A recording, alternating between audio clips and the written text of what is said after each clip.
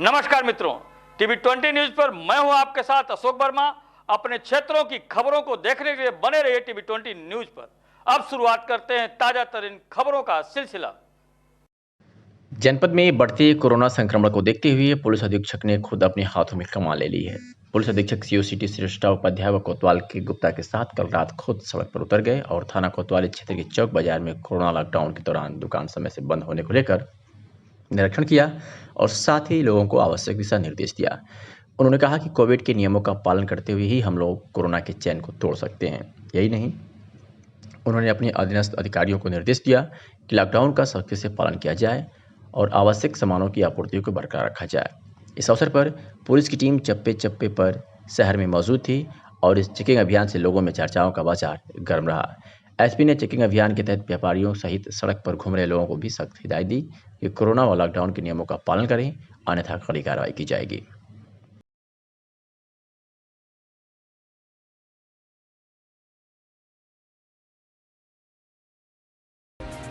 अपर जिला अधिकारी प्रशासन रिटर्निंग ऑफिसर सदस्य जिला पंचायत आजमगढ़ नरेंद्र सिंह ने अवगत कराया है कि त्रिस्तरीय पंचायत सामान्य निर्वाचन 2021 में सदस्य जिला पंचायत के निर्वाचन हित मतदान दिनांक 19 अप्रैल 2021 को समाप्त हो चुका है।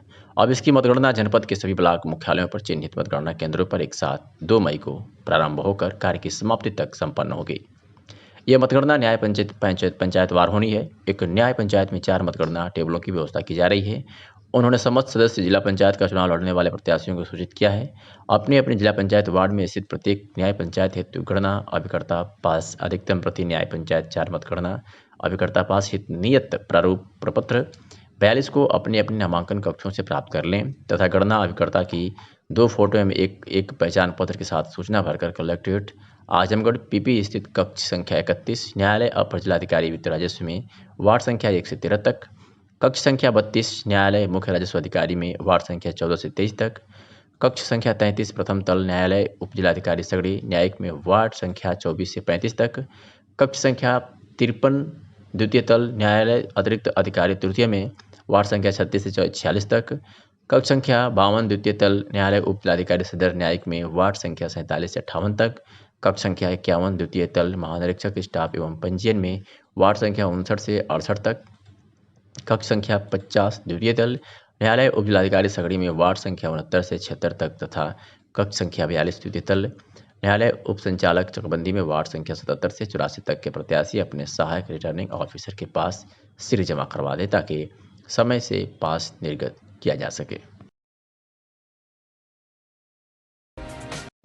आजमगढ़ जिले से एक बड़ी खबर आपको दिखा रहे हैं, जहां एक बेकाबू ट्रक ने सड़क के किनारे खड़े 4 लग्जरी वाहनों को रौंद दिया है, जिसमें 4 की दुखद मौत हो गई है और 7 की हालत गंभीर बताई जा रही है। घायलों को उपचार हेतु हायर सेंटर भेज दिया गया है। मृतक व घायल सभी गाजीपुर जनपद के निवासी बताए गए हैं। दुर्घटना के वक्त सभी तिलकोत्सव समारोह से वापस घर लौट रहे थे। घटना के बाद ट्रक ड्राइवर मौके से फरार हो गया।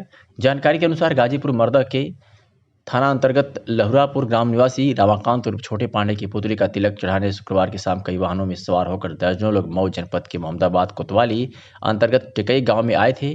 तिलकोत्सव समारोह संपन्न होने के बाद सभी मेहमान अपने वाहनों से में सवार होकर देर रात वापस लौट रहे थे।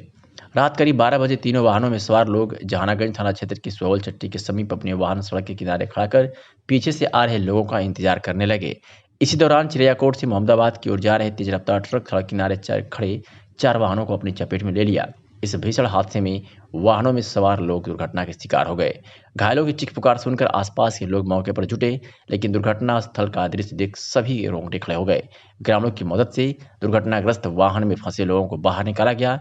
4 लोगों की मौके पर ही मौत हो चुकी थी, जबकि 7 लोग घायल हुए थे। हादसे की सूचना स्थानीय थाने को दी गई। सूचना पाकर पुलिस मौके पर पहुंची और घायलों को नजदीकी अस्पताल भेजा गया। मृतकों के शवों को पोस्टमार्टम में भेज दिया गया है। हादसे की जानकारी के बाद सैकड़ों की संख्या में मृतकों के परिजन और शुभचिंतक जिला अस्पताल पहुंचे हुए हैं।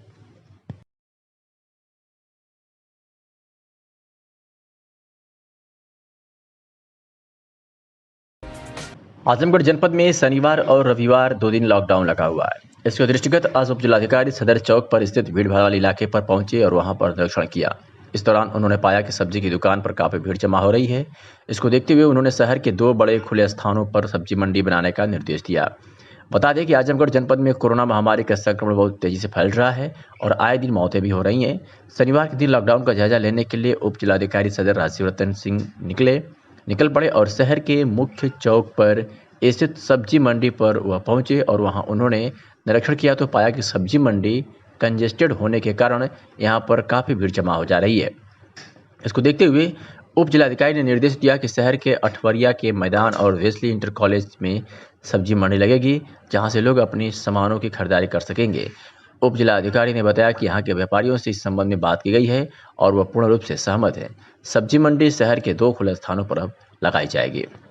ये ड्रीम प्रोजेक्ट पूर्वांचल एक्सप्रेसवे के निर्माण कार्य पूरा होने से अब ज़्यादा दिन नहीं रह गया है। इस परियोजना के पूरा होने के लिए निर्धारित 30 अप्रैल का समय ही नज़दीक है। जल्द ही निर्माण पूरा होकर आवागमन शुरू हो जाएगा। जिले से गुजरने वाले पूर्वांचल एक्सप्रेसवे की सुरक्षा के लिए एक नया थाना और 2 पुलिस चौकियां बनाने का प्रस्ताव तैयार कर शासन को भेज दिया गया है। जमीन उपलब्ध कराने के लिए राजस्व विभाग को जिम्मेदारी सौंपी गई है। पूर्वांचल एक्सप्रेसवे आजमगढ़ जिले में करीब 98 किलोमीटर लंबा है। 6 लेन की इस सड़क परियोजना के जरिए लंबी दूरी के मालवाहक सहित अन्य वाहन गुजरेंगे। इस सड़क परियोजना के चालू हो जाने से दिल्ली, लखनऊ आदि शहरों में जाने में भी आसानी होगी। कम दूरी तय करके वहां पहुंचा जा सकता है। सरकार को उम्मीद है कि इस परियोजना के चालू हो जाने से रोजगार के भी कई साधन उपलब्ध होंगे। ऐसे में पूर्वांचल एक्सप्रेसवे की सुरक्षा भी जरूरी है। इसके लिए आजमगढ़ जिले में भंवरनाथ के पास एक थाना और फूलपुर कोतवाली के दुर्वासा धाम और मुबारकपुर थाने के बनकट के पास एक पुलिस चौकी खोली जाएगी। पूर्वांचल एक्सप्रेसवे की सुरक्षा की खाका तैयार करते हुए एसपी की तरफ से एक थाना और 2 पुलिस चौकियां बनाने का प्रस्ताव तैयार करके रिपोर्ट शासन को भेज दी गई है। साथ ही भवन निर्माण के लिए राजस्व विभाग से जमीन उपलब्ध कराने को कहा गया है। वहीं पुलिस अधीक्षक सुधीर कुमार सिंह ने कहा है कि पूर्वांचल एक्सप्रेसवे की सुरक्षा के लिए भंवरनाथ के पास एक नया थाना और 2 अलग अलग पुलिस चौकियां बनाने का प्रस्ताव तैयार कर शासन को रिपोर्ट भेज दी गई है। जमीन देने के लिए राजस्व विभाग को लगाया गया है। स्वीकृति मिलते ही निर्माण की प्रक्रिया शुरू हो जाएगी। संभावना है कि आने वाले 30 अप्रैल तक एक्सप्रेसवे पर आवागमन शुरू हो जाएगा। आजमगढ़ के किसी अस्पताल में बिस्तर न मिलने से 2 सगे भाइयों ने दम तोड़ दिया। अब इसके बाद परिवार में कोई पुरुष सदस्य नहीं बचा है। 2 बेटियां गुहार लगाती रही, लेकिन 2 सगे भाइयों ने तड़प के दम तोड़ दिया। आपको बता दें कि आजमगढ़ में खत्री टोला निवासी 2 सगे भाइयों की बृहस्पतिवार की रात इलाज के अभाव में मौत हो गई। उन्हें ना तो निजी अस्पताल में बेड मिला और ना ही मेडिकल कॉलेज में। दौड़ भाग करने के बाद परिजन उन्हें लेकर घर लौट आए और दोनों ने घर पर ही दम तोड़ दिया। परिवार में कोई पुरुष सदस्य कोई नहीं था। एक महिला व 2 बेटियां फोन कर गुहार लगाती रही, लेकिन शव उठाने भी कोई नहीं आया। शुक्रवार की सुबह 10 बजे स्वास्थ्य विभाग की एम्बुलेंस ने राजघाट ले जाकर अंतिम संस्कार कराया। खत्री टोला मोहल्ला निवासी 65 वर्षीय और 55 साल के 2 भाइयों को कई दिनों से बुखार था और सांस भी फूल रही थी। बड़े भाई की एक बेटी है जिसकी शादी हो चुकी है। छोटे भाई की भी 2 बेटियां हैं। बृहस्पतिवार को हालत बिगड़ने लगी तो दोनों बेटियां उन्हें लेकर लाइफलाइन हॉस्पिटल पहुंची। वहां से उन्हें मेडिकल कॉलेज रेफर कर दिया गया। मेडिकल कॉलेज पहुंचने पर वहां डॉक्टर ने बेड न होने की बात कहते हुए वापस कर दिया। इसके बाद दोनों पिता व ताऊ को लेकर घर आ गई। सीएमओ आदि कई अधिकारियों को फोन कर बेटियों ने इलाज की व्यवस्था करने की गुहार लगाई, लेकिन कहीं सुनवाई नहीं हुई। रात में पहले बड़े भाई ने दम तोड़ा। उसकी जानकारी छोटे भाई को हुई तो 1.5-2 घंटे बाद उनकी भी मौत हो गई।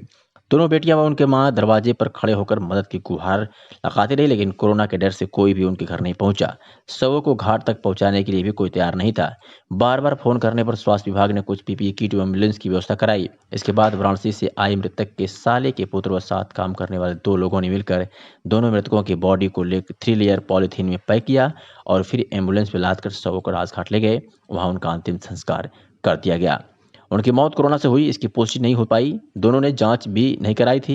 लक्षण के आधार पर ही उनकी मौत का कारण कोरोना माना जा रहा है। उनकी मौत के बाद सभासद विशाल श्रीवास्तव मोहल्ले के अन्य लोगों के हो हल्ला मचाने पर नगरपालिका की टीम से पूरे मोहल्ले के साथ ही मृतकों के घर में सैनिटाइजेशन कराया गया। सीएमओ डॉक्टर ए के मिश्रा का कहना है कि बेड क्यों नहीं मिला इसकी जानकारी नहीं है। कोविड टेस्ट नहीं कराया था। उन्होंने चेस्ट सीटी स्कैन कराया था। एहतियातन परिवार की जाँच कराई जाएगी। आजमगढ़ जनपद में पुलिस ने लड़की के अपहरण करने वाले अभियुक्त को गिरफ्तार कर लिया है और साथ ही अपहरिता को बरामद कर लिया है। बता दें कि पुलिस अधीक्षक सुधीर कुमार सिंह के निर्देश पर थाना कंधरा पुलिस ने यह सफलता पाई है। आपको बता दें कि 20 मार्च 2021 को कंधरापुर में थाने में उपस्थित थाना आकर अपनी लड़की गीता, काल्पनिक नाम है, जिसकी उम्र 14 वर्ष है, को हरिवंश राम पुत्र हरिनाथ राम, ग्राम सेहदा, थाना कंधरापुर जनपद आजमगढ़ और विमल कुमार पुत्र रमाशंकर बखीपुर सोनहरिया थाना कंदरापुर आजमगढ़ के द्वारा बैला फुसलाकर भगा ले जाने के संबंध में तहरीर दी गई थी। तहरीर के आधार पर मुकदमा पंजीकृत कर विवेचना प्रारंभ की गई। वरिष्ठ पुलिस अधीक्षक आजमगढ़ सुधीर कुमार सिंह द्वारा उक्त प्रकरण को संज्ञान में लेते हुए प्रभारी निरीक्षक कंदरापुर को मुकदमा उपरोक्त से संबंधित पीड़िता की बरामदगी एवं गिरफ्तारी हेतु निर्देशित किया गया था, जिसके क्रम में आज से कंदरापुर पुलिस ने लड़की को अपहरण करने वाले अभियुक्त को गिरफ्तार कर लिया है और साथ ही अपहरिता को भी बरामद कर लिया है। संपूर्ण भारतीय रेलवे के साथ साथ पूर्वोत्तर रेलवे के वाराणसी मंडल द्वारा कोरोना वायरस के नए स्ट्रेन के संक्रमण की रोकथाम हेतु विभिन्न प्रयास किए जा रहे हैं। इसी क्रम में मंडल रेल प्रबंधक वाराणसी विजय कुमार पंजियार के निर्देशन में मुख्य चिकित्सा अधीक्षक डॉक्टर MS नबियाल के नेतृत्व में मंडल चिकित्सालय की टीम द्वारा जिला प्रशासन के सहयोग से वाराणसी मंडल के मड़ुवाड़ी रेलवे से वाया औड़िहार, नंदगंज, गाजीपुर, ईश्वरपुर, बलिया, फेफना, इंदारा, मऊ, दुल्लापुर एवं सादात वैक्सीनेशन स्पेशल ट्रेन चलाई गई। वैक्सीनेशन स्पेशल ट्रेन चलाकर उक्त रेलखंड एवं स्टेशनों पर कार्यरत लाइन एवं परिचालन से जुड़े कर्मचारियों तथा उनके परिजनों को उनके कार्यस्थल पर ही टीकाकरण सुनिश्चित किया गया। मंडल रेल प्रबंधक VK पंजियार ने बताया कि रेल परिचालन से जुड़े लाइन में कार्यरत विभिन्न विभागों के कर्मचारियों को भागदौड़ से बचाने एवं सुविधाजनक तरीके से 100% कोविड टीकाकरण कराने के उद्देश्य से यह वैक्सीनेशन स्पेशल ट्रेन चलाई गई है।